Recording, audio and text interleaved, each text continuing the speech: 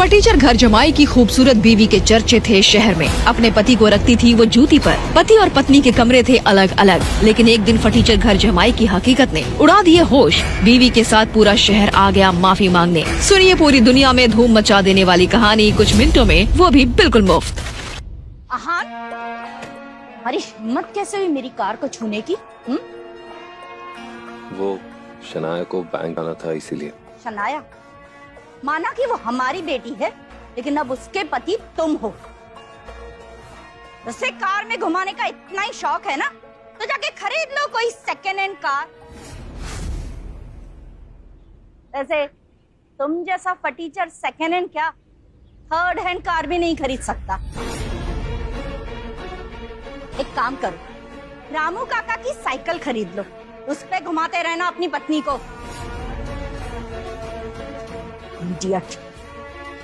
हे God, एक तो car लेके जाते ऊपर से गंदी करके लाते हो।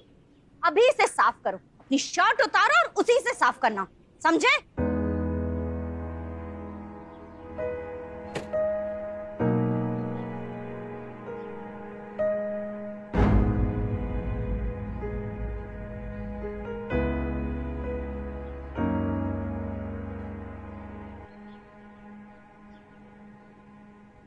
सुनो,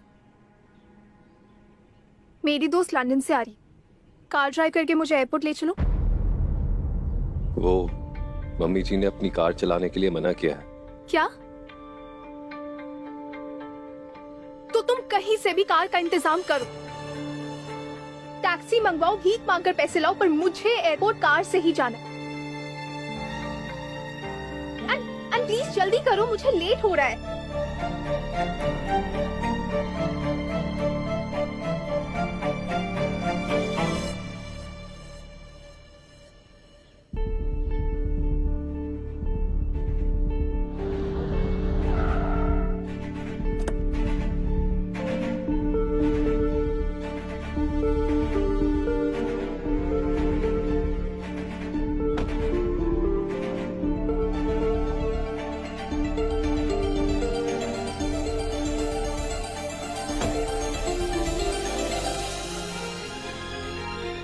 टू 704। इसे शनाया तुम्हारी कौन सी दोस्त आ रही? रूपल आ रही। वो अजीब लड़की वापस आ गई है। पर वो क्यों आ रही है? अरे ये तुम क्या बोल रहे हो, अजीब लड़की? वो मेरी बेस्ट फ्रेंड है और 3 सालों के बाद वापस आ रही है। अब चलो जल्दी, मैं उससे मिलने के लिए बहुत एक्साइटेड हूँ। इस बड़े से शिमला शहर में अगर आहान रायजादा किसी से डरता था तो उसकी सास मिसेस यामिनी गिल के बाद वो रूपल गुप्ता थी। रूपल शनाया के बचपन की इकलौती दोस्त थी। 3 साल पहले शनाया की मॉम के साथ उसने भी आहान और शनाया की शादी के लिए अपना अपोज बिना डरे दिखाया था। एकदम से आहान को उसकी सुहाग रात वाला दिन याद आ गया। उसके ससुर शेखर गिल ने बहुत खुशी से सुहागरात के रूम को सजाने के लिए कहा था और शनाया का रूम तरह तरह के फूल और सेंटेड कैंडल से सजा हुआ था।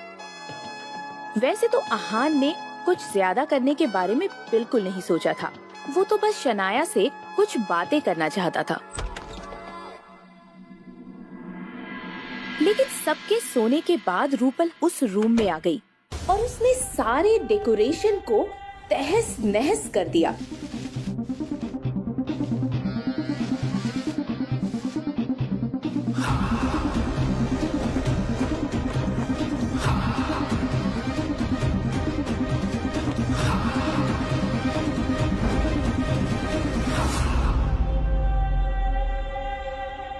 रूपल इतने पर ही नहीं रुकी, उसने तो आहान को ये धमकी तक दे डाली कि अगर आहान ने शनाया को कुछ करने की हिम्मत भी की तो वो आहान को स्ट्रिपर्स क्लब में ले जाकर नचवाएगी। वो आहान से इतनी नफरत करती थी कि उसने ये तक कह दिया था कि अगर उसे 2 खून माफ होंगे तो दोनों बार वो आहान का ही कत्ल करेगी। आहान को उस रात से एक तरह का ट्रॉमा हो गया था। सुहाग रात के वक्त ही नहीं, आगे रूपल ने आहान को बहुत तंग किया था।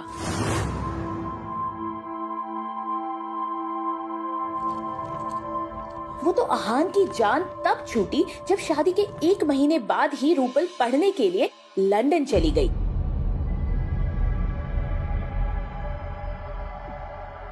ये लड़की रूपल गुप्ता थी। अब जबकि रूपल शनाया की बेस्ट फ्रेंड थी, तो ये बात जाहिर थी कि वो हर मामले में शनाया को अच्छे से मैच करती थी। अपने नाम की तरह रूपल बहुत खूबसूरत थी। इस लड़की की पर्सनालिटी में एक अलग किस्म का ऑरा था। I missed you. चल चल, या I used to miss you यार। अच्छा, 1 सेकंड। मैंने सुना इंडिया की सबसे बड़ी कंपनी स्प्रिंग कॉर्पोरेशन का प्रोजेक्ट मिल गया है तुम्हें। वो हाँ, अब वो प्रोजेक्ट मिलने में शायद आहान का ही कोई हाथ है। आहान ने मदद की तुम्हें। शनाया प्लीज तुम मजाक मत करो। हम स्प्रिंग कॉर्पोरेशन की बात कर रहे हैं, कोई बैंक में चेक जमा करने की बात नहीं कर रहे हैं। अच्छा, तुम्हें मुझ पर यकीन नहीं हो रहा है तो आहान से ही पूछ लो। अच्छा, ये आहान है। ओह, तुम नहीं बताती तो मैं इसे तुम्हारा ड्राइवर समझ रही थी। शनाया से ये बात छिपी नहीं थी कि रूपल और आहान का 36 का आंकड़ा था, और अगर रूपल ऐसे ही बातें करती रही तो आहान उसके साथ झगड़ ही पड़ता। रूपल, तुम्हें जरूर भूख लगी होगी ना? क्यों ना हम पहले किसी अच्छे से रेस्टोरेंट में जाकर खाना खा लें? शनाया, एक तुम ही हो जो मेरी इतनी ज्यादा फिक्र करती हो। तुम्हें पता है, बाहर का खा खा के मेरी हालत खराब हो गई थी। मेरे इंडिया वापस आने का सबसे बड़ा रीजन यहाँ का लजीज खाना है। अब जल्दी से चलो, कुछ मसालेदार खाते हैं। 1 सेकेंड, तुम वहाँ क्या कर रहे हो? सामान लो और पीछे आओ। तुम चाहते हो शनाया सामान उठाए? नहीं ना? चलो चलो चलो शनाया। अच्छा शनाया, जब तुम्हें आहान इतना पसंद है नहीं, तो एक काम करो, जितना जल्दी हो सके इसे छोड़ दो। मैं एक काम करती हूँ, तुम्हें यहाँ के कुछ अच्छे और खानदानी लड़कों से मिलाती हूँ। कुछ लोगों ने अपनी नई कंपनी शुरू की है और कुछ लोग अपना फैमिली बिजनेस चला रहे हैं। बट मैं दावे के साथ कह सकती हूँ शनाया कि वो लोग इस आहान से 100 गुना बेहतर है। रूपल, जरा चुप करो और मेरी बात सुनो। ये क्या बकवास किए जा रही हो तुम? मैं आहान को नहीं छोड़ सकती, एटलीस्ट तब तक नहीं जब तक वो मुझे नहीं छोड़ देता। ओके, समझ गई? रूपल कुछ समझ नहीं पा रही थी कि आखिर शनाया एक फटीचर पति के बारे में ऐसा कैसे बोल सकती है। क्या सच में उसे इतना बड़ा प्रोजेक्ट मिलने के पीछे आहान का हाथ था? मगर ऐसा कैसे पॉसिबल था? शनाया, तुम्हारे पास खुद की गाड़ी नहीं है? तुम तो जानती हो ना, मेरे पास ड्राइविंग लाइसेंस नहीं है। सो और आहान, तुम्हारा क्या? तुम्हारे पास खुद की कार नहीं है? नहीं, मैं कार अफोर्ड नहीं कर सकता। आहान का जवाब सुनकर रूपल नाराज हो गई। उसे समझ ही नहीं आ रहा था कि अब आगे उसे क्या कहना चाहिए। उसकी बेस्ट फ्रेंड के पास एक कार भी नहीं थी। अब चलो भी।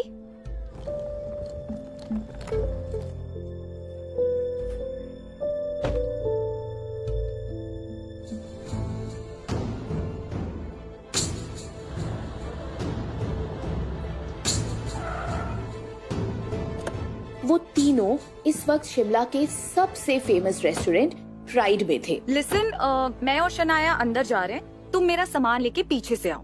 Okay, let's go Shanaya. Pride restaurant की हर चीज इंडिया की रिच हिस्ट्री को डिफाइन कर रही थी। यहाँ पर आपके पास कोई प्राइवेट रूम अवेलेबल है? हम 3 लोग हैं। हमें ना टेबल भी चलेगा। वो ये सोच के ही घिन से भर जा रही थी कि उसे आहान जैसे फटीचर के साथ एक टेबल पर बैठकर खाना होगा। तभी रेस्टोरेंट के मैनेजर ने जवाब दिया। गुड आफ्टरनून मैम, माफ कीजिए लेकिन ना ही हमारे पास प्राइवेट रूम अवेलेबल है ना ही कोई टेबल। कोई बात नहीं, हम फिर कभी आ जाएंगे। अभी हम कहीं और चलते हैं। अरे आहान सर, आप ये सामान क्यों उठा रहे हो? मुझे कॉल करके बुला लिया होता, मैं उठा लेता सामान। एक्सक्यूज मी, शायद आपको कोई गलतफहमी हुई है। ये हमारा नौकर है, हमारे ही साथ आया है। नहीं मैम, मुझे कोई गलतफहमी नहीं हुई है और मैं इन्हें कैसे नहीं पहचानूंगा। आहान सर के वजह से हमारा ग्रुप ऑफ होटल इतना बड़ा हुआ है।